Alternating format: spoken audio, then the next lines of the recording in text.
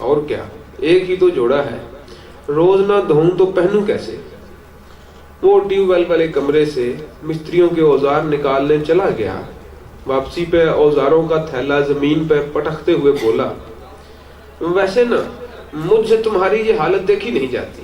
اچھے بھلے گھر کے, نہ تو وہ اچھا گھر ہے اور نہ ہی بھلا. تم بس کام کی تیاری کرو, مستری ابھی آتے ہی ہوں گے. وہ پرائمری سکول تک میرے ساتھ پڑھتا رہا تھا. مانیٹر کی حیثیت سے میں نے کئی بار اسے ماسٹروں کی مار سے بچایا تھا, اس لیے وہ میرا ایک طرح سے احسان مند تھا اور اسی لیے میرے سامنے اونچا نہیں بولتا تھا. پھر بھی 4 دن ہو گئے تمہیں, صرف دن کو یہاں سے ملنے والے کھانے پر گزارا کر رہے ہو, سوتے بھی ادھر کھلی زمین پر ہو. تمہارے جیسے لڑکے کی یہ حالت دیکھ کر دکھ تو ہوتا ہے. کوئی ضرورت نہیں دکھی ہونے کی, میں اپنی خوشی سے یہ کر رہا ہوں. پھر تمہیں کیا, اپنے بل پہ جینا چاہتا ہوں, روز روز دوسروں کے تانے سن سن کر نہیں. وہ میری طرف دیکھتا رہا. پھر مستریوں کے کام کرنے کے لیے کل سے بندی گو پر اینٹیں رکھنے لگا. میں نے شلوار دھوئی اور اسے نچوڑ کے تھوڑا سا ہوا میں گھمایا تاکہ اٹھر جائے.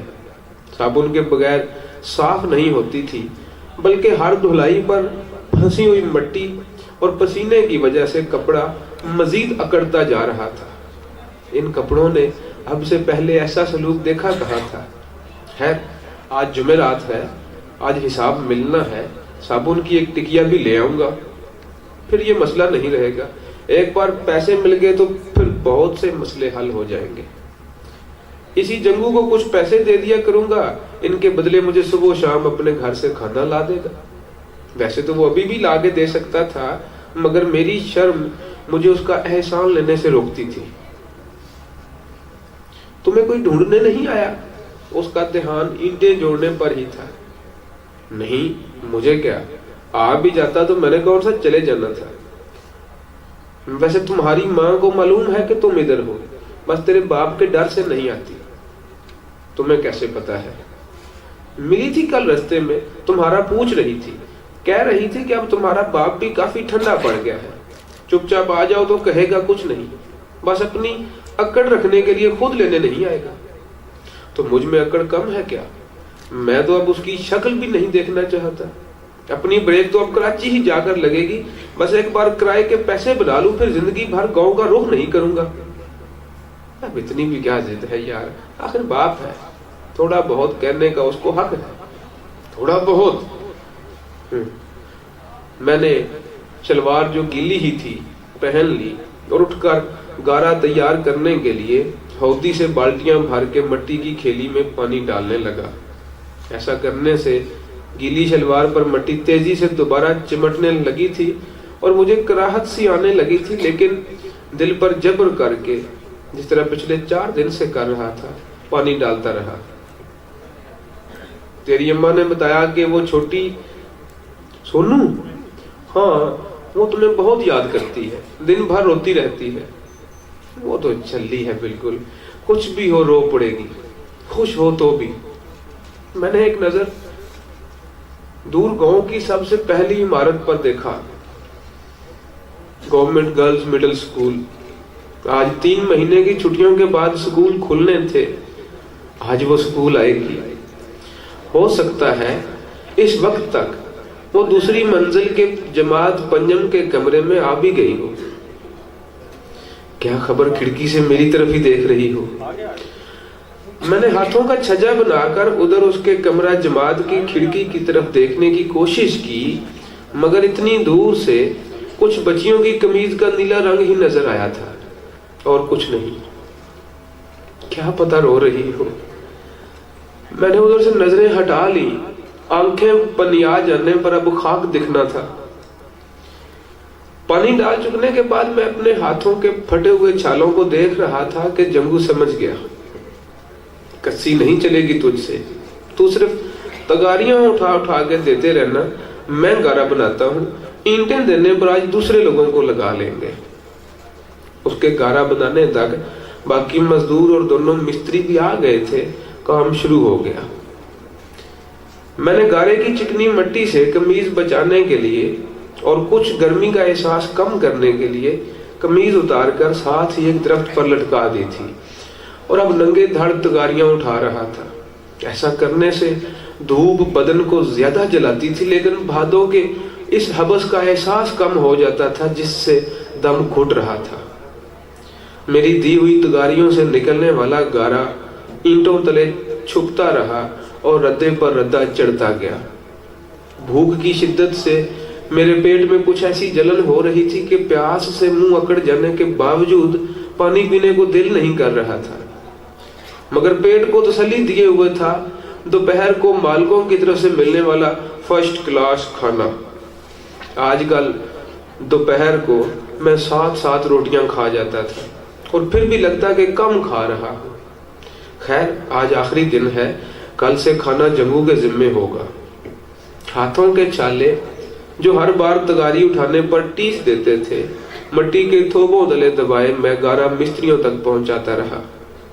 دوپہر کھانے کا وقت ہونے تک گو کا کام ختم ہو گیا تھا اور اب اگلے حصے پر گو باندھنی تھی۔ کھانا پہنچنے تک ہم سب مزدوروں نے اگلی جگہ گو باندھ دی تھی۔ ارادہ یہی تھا کہ کھانا کھانے کے بعد ہی اس پر کام شروع ہوگا۔ کھانا جب آیا تب تک میں بھوک سے فوت ہونے کے قریب پہنچ گیا تھا۔ ایک درخت کے نیچے بیٹھ کے ہم کھانا کھانے لگے۔ ان سب کی نسبت میرے کھانے کی رفتار دگنی تھی۔ مستری دیکھ دیکھ حیران ہوتے تھے۔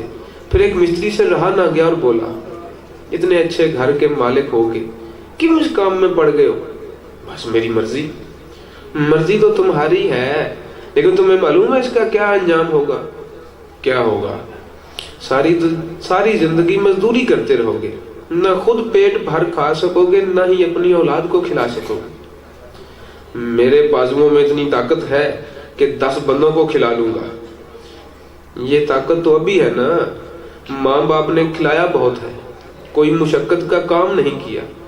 مزدوری کرتے رہے تو ایک ہی سال میں چہرے کی ہڈیاں نکل آئیں گی، بازوؤں کے ڈھولے لٹک جائیں گے اس شوربا گارے کی طرح۔ گھر والوں کی مان کے ساری زندگی سکھی رہو گے، ورنہ ہاڑ جیٹ ہو یا مانگ کو سارا دن گدھے کی طرح کام کرنا پڑے گا۔ 10 سال میں بوڑھے ہو جاؤ گے۔ میں پوری رفتار سے کھاتے ہوئے اس کی بک بک سنتا رہا۔ اگر ایک دن میرے باپ کی باتیں سن لینا تو اس کی کمائی سے کھانے پر بھوکا مر جانے کو ترجیح دے۔ ایسے کھلاتا ہے جیسے احسان کرتا ہے، خود اس لالچ میں بیٹھا ہے کہ میں جب پڑھ لکھ جاؤں گا تو اسے کما کر دوں گا۔ میرا چھتر اسے کما کر دیتا ہے۔ کھانا ختم ہونے کے بعد جو ریسٹ کا وقت تھا وہ میرے بارے میں ہی بحث کرتے رہے۔